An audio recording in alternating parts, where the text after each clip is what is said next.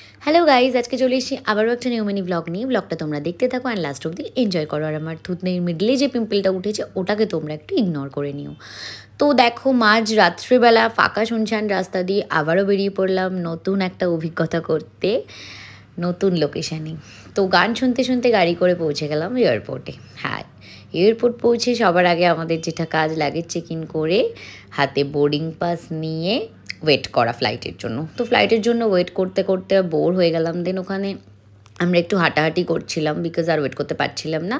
তো চলে এলো সেই সময়টা ফ্লাইটে ওঠার। হ্যাঁ, ফ্লাইটে উঠছিলাম। ফ্লাইটে উঠে বেশিক্ষণ আমাদের যেহেতু ডিপার্চার টাইম ছিল না, 1 আওয়ার মতন, তো হাফ অ্যান আওয়ার একটু ঘুমিয়ে নিয়েছিলাম, যেহেতু কোনো কাজ ছিল না। তো সকাল সকাল মর্নিং ভিউ এনজয় করতে করতে পৌঁছে গেলাম কোথায়? গুয়াহাটি, আসাম। হ্যাঁ, আমাদের নিউ লোকেশন গুয়াহাটি, আসাম পৌঁছে গেলাম। এটা ছিল কিছুটা এয়ারপোর্টের ভিউ, ভীষণ সুন্দর ছিল এয়ারপোর্টটা। মানে কি বলবো, তোমরা দেখতেই পাচ্ছ। পুরো এয়ারপোর্টের ভিডিও ক্যাপচার করা আমার পক্ষে পসিবল ছিল না, বাট হ্যাঁ, ভীষণ সুন্দর ছিল। তো ভিউ এনজয় করতে করতে আমরা পৌঁছে গেলাম একদম হোটেলে। তো হোটেল রেস্টুরেন্টে আমরা ওয়েট করছিলাম ব্রেকফাস্টের জন্য। দেন ব্রেকফাস্ট চলে আসে, আমরা সবাই ব্রেকফাস্ট করে নিই। ব্রেকফাস্ট করে একদম সোজা ঘুমিয়ে গেছিলাম, পিম্পল প্যাচেস লাগিয়ে, দেখতেই পাচ্ছ ঘুমিয়ে পড়েছিলাম। দেন ঘুম থেকে উঠে আমরা, যেহেতু হোটেলের রুমের সামনে আমাদের একটা বিশাল বড় মিরর ছিল, তাই একটু ক্যাট মেরে নিচ্ছিলাম। দেন আমরা ভেনিউর দিকে রওনা দিচ্ছিলাম। ওখানে গিয়েই সবার ফার্স্ট ভীষণ খিদে পেয়ে গেছিলো, সবার লাঞ্চ করে নিচ্ছিলাম।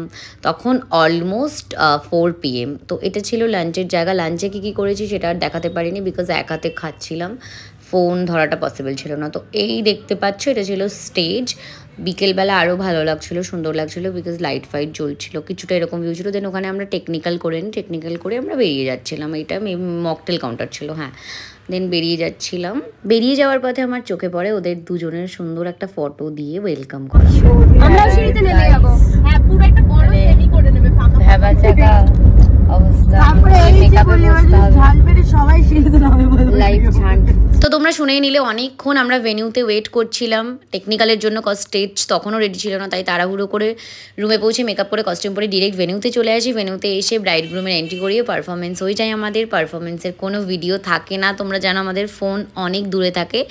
এটা ছিল পারফরমেন্স হয়ে যাওয়ার পরের কিছুটা ভিউ। আমরা এখানে 18 থেকে 19 জন ডান্সার ছিলাম, তাও কোনো ক্লিপ নিতে পারিনি, কজ সবার ফোনই দূরে ছিল, সবার পারফরমেন্স ছিল যেহেতু। তো শো হয়ে যাওয়ার পর আমাদের ব্রাইড গ্রুমকে দেখা ছাড়া আর কোনো কাজ ছিল না। দেন রাধাকৃষ্ণের একটা ছোট্ট ভিডিও নিয়ে ওদের ভীষণ মিষ্টি লাগছিল, রাধাকে আর কৃষ্ণ দুজনকেই। দেন ভেনিউকে বাই বাই করে আমরা রুমের দিকে রওনা দিলাম। রুমে পৌঁছে কোনো কাজ ছিল না, ডিনার করে ব্লগটা এন্ড করলাম। ব্লগটা ভালো লাগলে লাইক, শেয়ার অ্যান্ড সাবস্ক্রাইব করে দিও। টাটা।